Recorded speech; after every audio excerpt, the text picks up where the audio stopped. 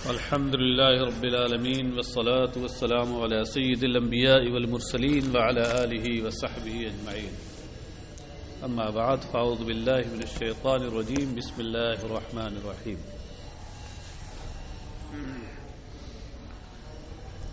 وعن بعض أصحاب النبي صلى الله عليه وسلم قال لقد رأيت النبي صلى الله عليه وسلم بالعرج يصب على مائه رأسه الماء وهو صائم من العطش أو من الحر.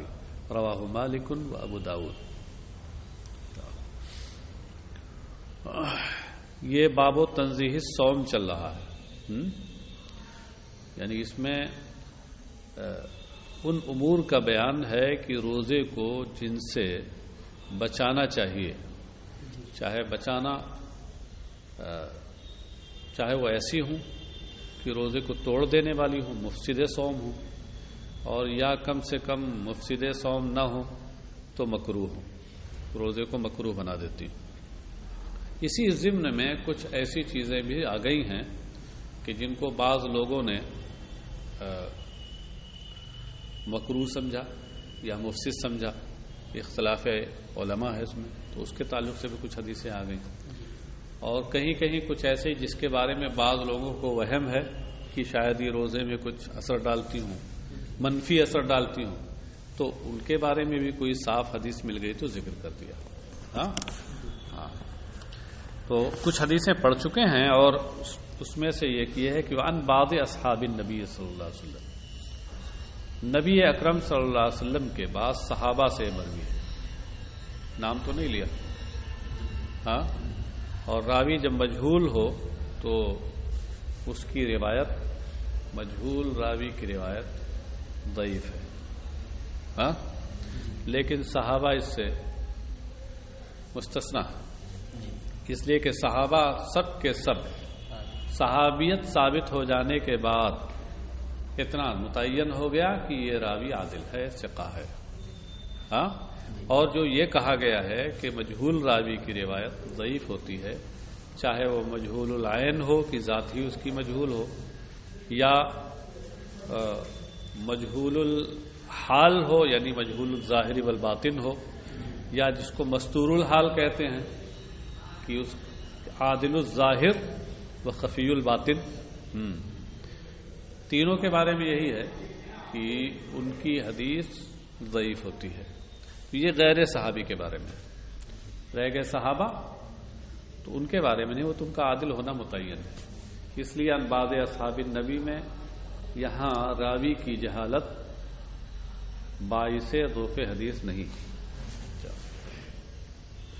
انہوں نے کہا کہ لقد رأیت النبی صلی اللہ علیہ وسلم بالعرج، کہ میں نے نبی اکرم صلی اللہ علیہ وسلم کو مقام عرج میں دیکھا. یہ مکہ اور مدینہ شریف کے درمیان ایک مقام کا نام ہے. تو یہ کہتے ہیں کہ میں نے نبی اکرم صلی اللہ علیہ وسلم کو اس مقام پر دیکھا کہ روزے کی حالت میں آپ اپنے سر پہ پانی اونڈیل رہے ہیں. یصب من العطشی اور من الحری، سخت پیاس کی وجہ سے یا گرمی کی وجہ سے. اب یہاں او، عطش اور حر کے درمیان جو او ہے، یہ شک کے راوی کے لیے بھی ہو سکتا ہے. ویسے شک کے بجائے غیر شک والے معنی پہ بھی اس کو رکھا جائے، اور او یہاں مانعۃ الخلو کے لیے ہو تو اس صورت میں بات زیادہ بہتر بن جائے گی. مانعۃ الخلو سمجھ رہے ہیں نا؟ ارے آپ نے منطق میں پڑھا ہوگا قضیہ منفصلہ کے 3 قسمیں، حقیقیہ، مانعۃ الخلو، مانعۃ الجمع. تو مانعۃ الخلو میں کیا ہوتا ہے کہ دونوں یکجا نہیں ہو سکتے. یکجا ہو سکتے ہیں جی، دونوں سے خالی ہو جائے ایسا نہیں ہو سکتا. ہاں، تو یہ مانعۃ الخلو ہے. ایسا ہو سکتا ہے کہ پیاس بھی لگی ہو اور سخت گرمی بھی ہو. اس لیے یہاں او مانعۃ الخلو والے معنی میں منع خلو کے لیے. تو سخت گرمی کا موسم رہا ہوگا، سخت شدت کی دھوپ رہی ہوگی اور اس میں پیاس لگی، سفر کا معاملہ تھا، اس لیے نبی اکرم صلی اللہ علیہ وسلم نے اپنے سر مبارک پر پانی اڈیلا تاکہ اس میں کچھ تخفیف ہو جائے. ہاں، اس سے یہ ثابت ہوتا ہے کہ نبی کی امتیوں کے لیے بھی کہ ان کے لیے بھی یہ جائز ہے. ہاں، اور کل اس پر گفتگو ہو چکی ہے کہ جو منافذ بدن کے عام معمول کے مطابق ہیں جن سے کوئی چیز بدن میں داخل ہوتی ہے براہ راست، ہاں، تو ان سے اگر کوئی چیز کھانے پینے کی اندر جاتی ہے جس میں، تو روزہ ٹوٹتا ہے. اور جو معمول کے خلاف ہے، منفذ تو ہیں بلکہ منفذ نہیں، ان کو تو مسام کہتے ہیں، بہت باریک باریک چھوٹے چھوٹے سوراخ کی براہ راست جن سے کوئی چیز اندر نہیں جاتی اور نہ باہر آتی ہے. تو ان سے اگر جسم میں کوئی سیال چیز جاتی ہے تو اس صورت میں وہ مفسد صوم نہیں ہے. آپ روزے کی حالت میں پانی میں چلے گئے، اللہ تعالیٰ نے آپ کے پورے بدن میں مسامات بنائے ہیں، باریک باریک سوراخ ہیں، تو آپ محسوس کرتے ہوں گے اندر جانے کے بعد کہ آپ کو سکون مل رہا ہے. یہ سکون اسی لیے مل رہا ہے کہ بدن آپ کا ان مسامات کے ذریعے کچھ ٹھنڈک اور کچھ پانی کو جذب کر رہا ہے.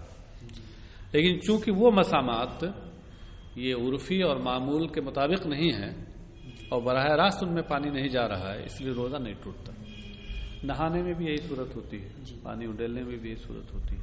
اور اسی وجہ سے میں نے بتایا تھا کہ اسی پر قیاس کرتے ہوئے، بلکہ اسی پر سے الحاق کرتے ہوئے، قیاس تو مجتہد کا کام ہے، اسی کے ساتھ الحاق کرتے ہوئے ہمارے متاخر علماء اور فقہاء اور مفتیان کرام نے یہ فرمایا ہے کہ روزے کی حالت میں انجیکشن لگوانے سے روزہ نہیں ٹوٹتا، کیونکہ اگرچہ وہ چیز اندر جاتی ہے لیکن جو معمول کے راستے ہیں ان سے نہیں جاتی ہے نا. چلیے صاحب، تو من العطشی اور من الحری رواہ مالک و ابو داؤد ہو گیا.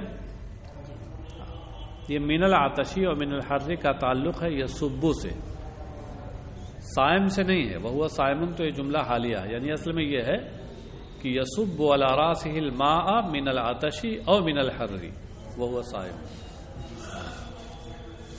وعن شداد بن عوس ان رسول اللہ صلی اللہ علیہ وسلم اتى رجلا بالبقیع وهو يحتجم.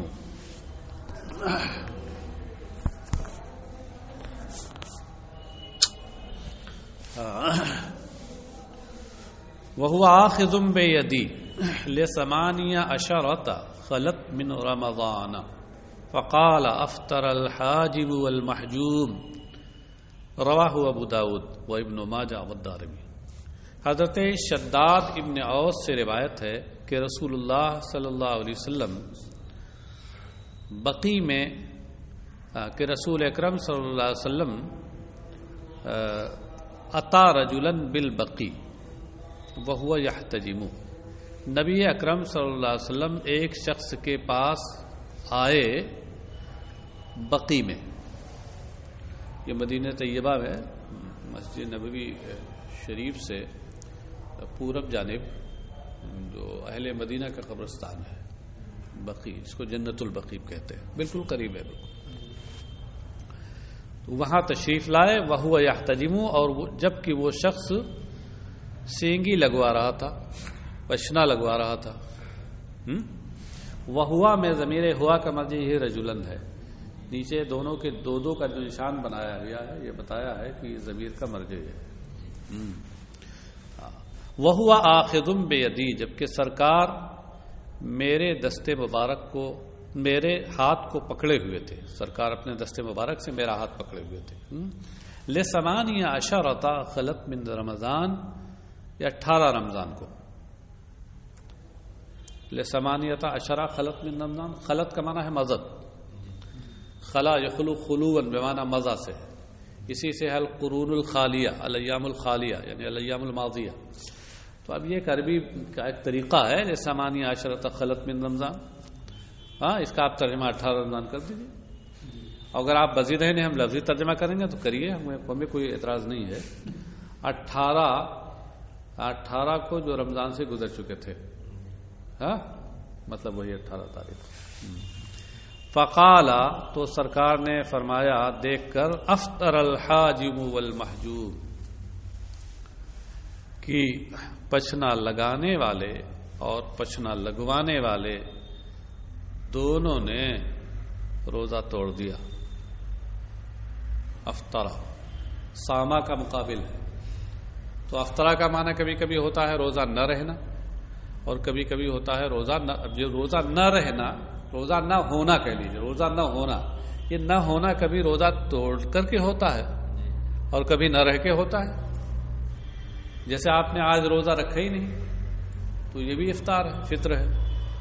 اور آپ روزہ ہوتے صبح سے اور توڑ دیتے تو بھی افطار ہے. دونوں معنی میں عربی میں استعمال ہے. عید الفطر میں جو فطر ہے وہ کس معنی میں ہے؟ اس وقت روزہ تھے ہی نہیں اس دن، ہاں. اور پھر روزہ کھولنے کو بھی آپ افطار کہتے ہیں. تو عربی میں دونوں معنی میں استعمال ہوتا ہے. افطر الحاجم والمحجوب، پشنا لگانے والے نے اور پشنا لگوانے والے نے دونوں نے روزہ توڑ دیا. اب صاحب رواہ ابو داؤد ابن ماجہ والدارمی، ابو داؤد ابن ماجہ اور دارمی نے اس روایت کی. ادھر تو خود ایک حدیث گزری ہے حضرت عبداللہ ابن عباس رضی اللہ عنہ کی کہ احتجم ان النبی صلی اللہ علیہ وسلم احتجم وهو محرم واحتجم وهو صائم، اور وہ بھی متفق علیہ ہے. امام بخاری و مسلم دونوں کی روایت کرتا ہے. اور یہاں جو ہے یہ ابو داؤد ابن ماجہ دارمی کی روایت ہے. اب دونوں بظاہر ٹکرا رہی ہیں، ہاں. اسی وجہ سے اب امام میں بھی اختلاف ہو گیا. سیدنا امام اعظم ابو حنیفہ رضی اللہ تعالیٰ عنہ، امام شافعی، ان سب کا مذہب یہ ہے کہ پشنا لگوانے سے روزہ نہیں ٹوٹتا، نہ پشنا لگانے والے کا نہ لگوانے والے کا. البتہ امام ابن اسحاق وغیرہ بعض اور لوگوں کا قول یہ ہے کہ ٹوٹ جاتا ہے. وہ لوگ اس سے استدلال کرتے ہیں افطر الحاجم والمحجوم سے، اور اس کو اس کے ظاہری معنی پہ رکھتے ہیں. بات سمجھے؟ اور امام اعظم ابو حنیفہ رضی اللہ تعالیٰ عنہ، امام شافعی وغیرہ اکثر مجتہدین، ائمہ مجتہدین، وہ اس متفق علیہ حدیث کو اپنے سامنے رکھتے ہیں. اور اس وجہ سے اب دونوں کے ٹکراؤ کو دور کرنے کی صورت یہ بتاتے ہیں کہ یہ حکم پہلے تھا اور وہ بعد میں ہوا. تو جب افطر الحاجم والمحجوم یہ پہلے ہے اور یہ بعد میں ہے تو بعد والی حدیث پہلے والے کے لیے ناسخ ہوتی ہے. ہاں اچھا. اور بعض لوگوں نے کچھ اور تعویلیں اس کی کہ پہلے بات تو چھوڑیے، افطر الحاجم والمحجول میں افطرا کا مطلب یہ ہے کہ یقرب ان یفطرا. کبھی کبھی قریب شے کو شے کہہ دیا جاتا ہے، کبھی کبھی قریب شے کو شے کہہ دیا جاتا ہے. جیسے یہ کہا گیا من ترک الصلاۃ متعمدا فقد کفر. اس کی توجیہ کیا کی ہے؟ یعنی فقد قربا ان یکفرا، قریب کفر ہو گیا وہ. ہاں ایک توجیہ کی گئی نا. تو ایسے ہی یہاں یہ کہ افطر الحاجم والمحجوم قروب الافطارا الحاجم والمحجوم، یہ قریب ہو گیا اس کے روزہ توڑنے کے. وہ کیسے؟ روزہ توڑنے کے قریب اس اعتبار سے ہو گیا کہ جس نے پچھنا لگوایا، تو پچھنا لگانے میں جسم سے خون باہر آتا ہے. تو کبھی کبھی آدمی اگر کمزور ہے یا بوڑھا ہے تو اس سے جسمانی ذوف پیدا ہوتا ہے، اور روزے کی حالت میں جسمانی ذوف پیدا ہو تو کبھی کبھی صورت یہاں تک پہنچ جاتی ہے کہ آدمی مجبور ہو کر کے روزہ توڑ دے بیٹھتا ہے. تو فرمایا کہ توڑنے کے قریب ہو گیا. ہاں اور لگانے والا یہ توڑنے کے اس لیے قریب ہو گیا کہ لگانے والا پہلے جو زمانے میں سینگی لگاتے تھے تو وہ جو آلہ حجامت تھا اس کو منہ میں رکھ کے کھینچتے تھے، تو اس میں یہ امکان تھا، اگرچہ عموماً ہوتا نہیں تھا لیکن یہ امکان تھا کہ فاسد مادہ خون وغیرہ اس کے منہ میں آ جائے اور نیچے چلا جائے تو روزہ ٹوٹ جائے. ہاں، یہ سرکار نے فرمایا. اور اندازہ یہ لگتا کہ اس کو دیکھ کے جو سرکار نے فرمایا تھا تو وہاں صورتحال یہی رہی ہوگی کہ کم سے کم وہ جو پشنا لگوا رہے ہوں گے وہ کافی کمزور اور بوڑھے رہے ہوں گے، یہ سرکار نے دیکھ کے فرمایا. اچھا، اب دیکھیے آگے کہتے ہیں قال الشیخ الامام محی السنہ رحمۃ اللہ علیہ. شیخ امام محی السنہ رحمۃ اللہ علیہ یہ کون ہے؟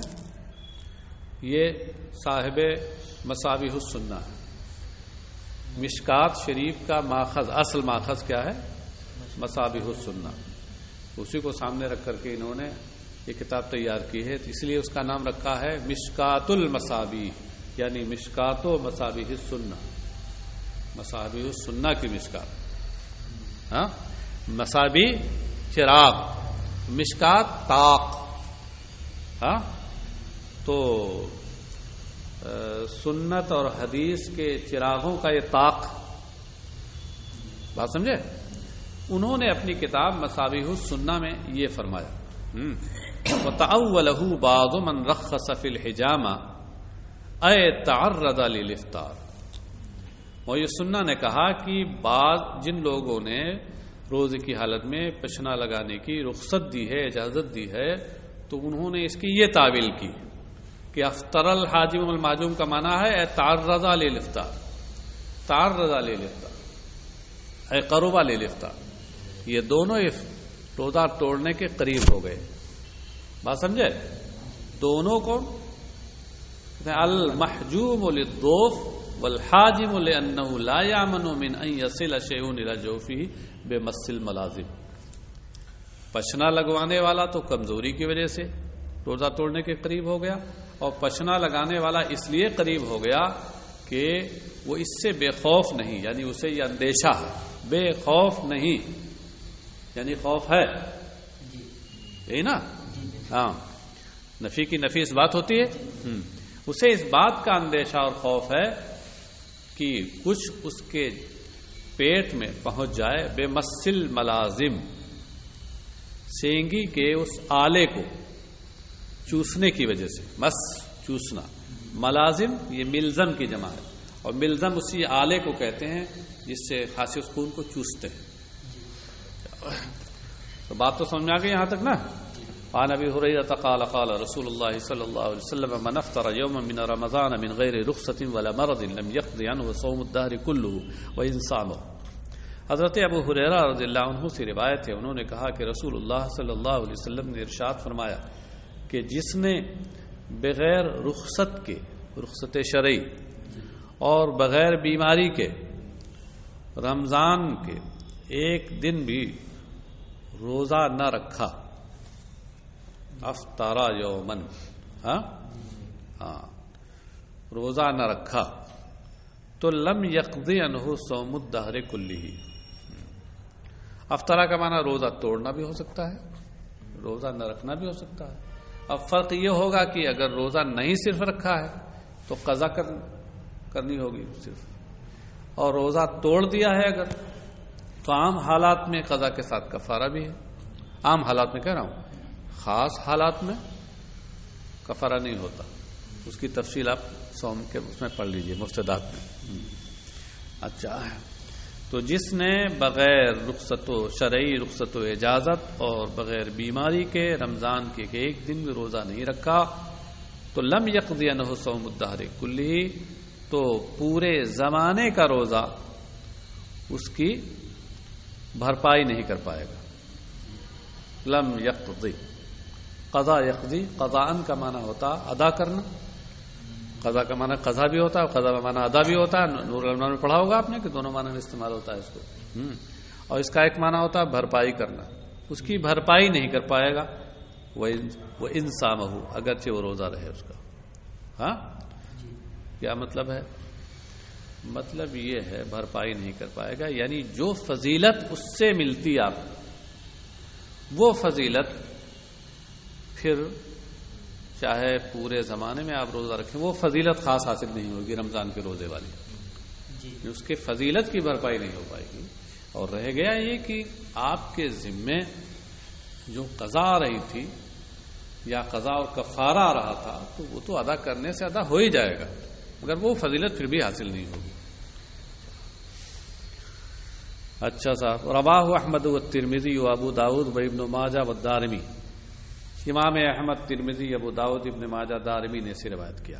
والبخاری فی ترجمۃ باب، اور امام بخاری نے اسے ترجمۃ الباب میں ذکر کیا۔ امام بخاری کا طریقہ صحیح البخاری میں یہ ہے کہ جب وہ کوئی حدیث لاتے ہیں تو جس مضمون کی ہوتی ہے وہ یا اس سے جو وہ استنباط کرنا چاہتے ہیں، ایک پہلے وہ وہاں عنوان بناتے ہیں، عنوان باب، جس کو ترجمۃ الباب کہتے ہیں، ہاں سرخی لگاتے ہیں۔ اور ترجمۃ الباب میں ان کا طریقہ یہ ہے کہ عموماً یہ تعلیقات ذکر کرتے ہیں۔ تعلیقات کا مطلب کہ کوئی حدیث ذکر کرتے ہیں جس میں صحابی یا تابعی کا نام آخر میں ہوتا ہے اور باقی پوری سند حذف کر دیتے ہیں۔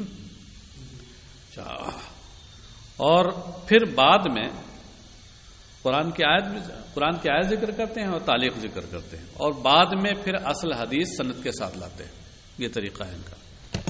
تو جو تعلیقات بخاری ہیں ان کے بارے میں آپ نے خود اسی کے اصول حدیث کے مقدمے میں پڑھا ہوگا کہ بخاری کی جو تعلیقات ہیں وہ اگر صیغہ معروف کے ساتھ ہیں اور صیغہ جزم و یقین کے ساتھ ہیں تو وہ صحیح ہیں، حدیث سے صحیح ہیں وہ، اور اگر صیغہ مجہول کے ساتھ ہیں تو ایسی صورت میں وہ صحیح کے درجے میں نہیں ہیں۔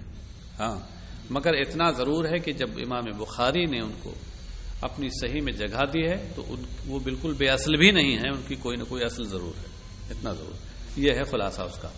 تو صاحب یہ کہہ رہے ہیں کہ امام بخاری نے ترجمہ باب میں اس کو ذکر کیا، اس کا مطلب تعلیقاً ذکر کیا، ہاں سند ذکر نہیں کی۔ تو اس کی حیثیت وہ اصل جو حدیث کی ہوتی ہے وہ نہیں ہے صحت میں۔ وقال الترمذی سمیت محمدا یعنی البخاری یقول ابو المطوس الراوی لا عارف له غیر هذا الحدیث۔ امام ترمذی نے کہا کہ میں نے امام محمد بن اسماعیل یعنی محمد بن اسماعیل بخاری کو یہ کہتے ہوئے سنا کہ ابو المطوس راوی کہ میں اس کے علاوہ اور کوئی حدیث نہیں جانتا۔ امام بخاری جیسا امیر المومنین فی الحدیث یہ کہہ رہا ہے کہ میرے علم میں ان کی صرف یہی ایک حدیث ہے، اس کے علاوہ اور کوئی حدیث نہیں، اور صرف ایک حدیث ہے۔ جب کوئی راوی روایت کرے تو اس کا مطلب کیا ہوا؟ کون سی ہے وہ کیسی حدیث؟ غریب ہے وہ۔ ہاں، جب کسی حدیث کا راوی ایک طبقے میں یا تمام طبقے میں ایک ہو تو وہ غریب ہوتی ہے نا، تو یہ غریب حدیث ہے، یہ کہنا چاہ رہے ہیں۔ یہ بھی کہہ سکتے تھے کہ ھذا حدیث غریب، لیکن بہرحال کان کبھی ایسے پکڑتے ہیں کبھی ادھر سے پکڑتے ہیں ٹیڑھا کر کے۔ وعنہ قال رسول اللہ صلی اللہ علیہ وسلم کم من صائم لیس له من صیامه الا الظمأ وکم من قائم لیس له من قیامه الا السحر۔ اور انہی سے حضرت ابو ہریرہ ہی سے روایت ہے، انہوں نے کہا کہ رسول اللہ صلی اللہ علیہ وسلم نے ارشاد فرمایا کم من صائم، کم یہاں خبریہ ہے جو کثرت کا معنی دیتا ہے، اس کم من ملک فی السماوات والارض، ہاں، اور کم کبھی استفہامیہ بھی ہوتا ہے، یہ کم خبریہ ہے جو زیادہ اور کثرت کا معنی دیتا ہے۔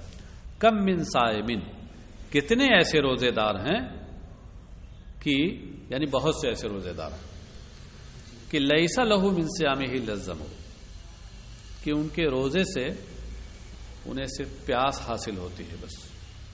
وکم من قائم لیس من قیامہ الا السحر، اور کتنے ایسے رات میں عبادت کرنے والے ہیں کہ جنہیں اس عبادت میں شب بیداری کے سوا، رات میں جگنے کے سوا کچھ حاصل نہیں ہوتا۔ کیا مطلب ہے؟ کوئی شخص روزہ رکھے لیکن ایسے کام کرے جو روزے کی روح کے منافی ہیں، روزے کی روح جو روزے کو بے روح بنا دیتے ہیں، جیسے جھوٹ بولنا، چغلی کرنا، غیبت کرنا وغیرہ وغیرہ، اس طرح کے کام جو روزے کے روح کے خلاف ہے، ایسے کام کرے تو کیا ہے؟ اور سمجھ لیجئے کہ پیاس بس ہو، بھوکا پیاسا ہے. یہاں پیاس کا ذکر کیا ہے، بھوک کا ذکر نہیں کیا. اصل میں بھوک اور پیاس میں پیاس زیادہ شدت کی ہوتی ہے. بھوک تو آدمی زیادہ دیر تک برداشت کر پاتا ہے اور اس کی بنسبت پیاس کم دیر تک برداشت کر پاتا ہے، اس لیے الزما فرمایا ہے. ہاں اچھا، تو اس سے کیا ہے؟ مطلب یہ ہے کہ گویا وہ بھوکا پیاسا ہے، بس اس کا روزہ وہ بھوک پیاس ہے، بس بے روح روزہ ہے، روح سے خالی ہے.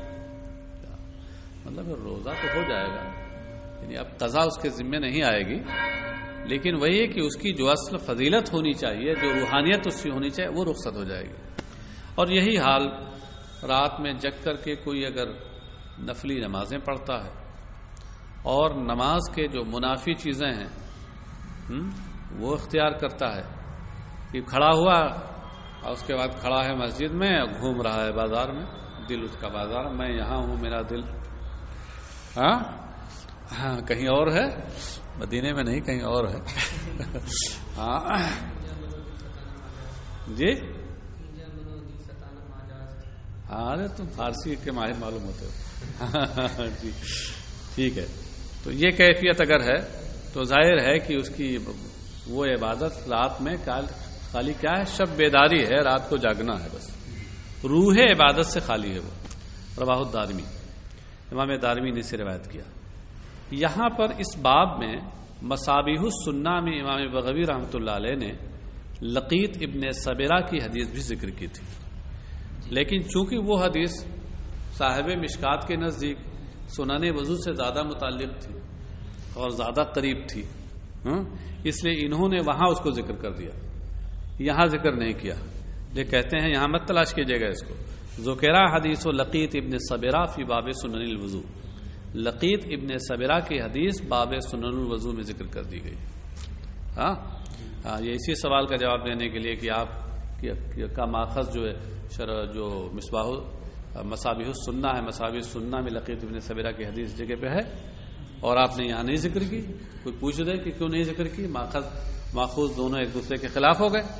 تو کہہ رہے ہیں اس لیے کہ وہ سے زیادہ مناسبت رکھتی تھی، اس لیے ہم نے وہاں ذکر کر دی.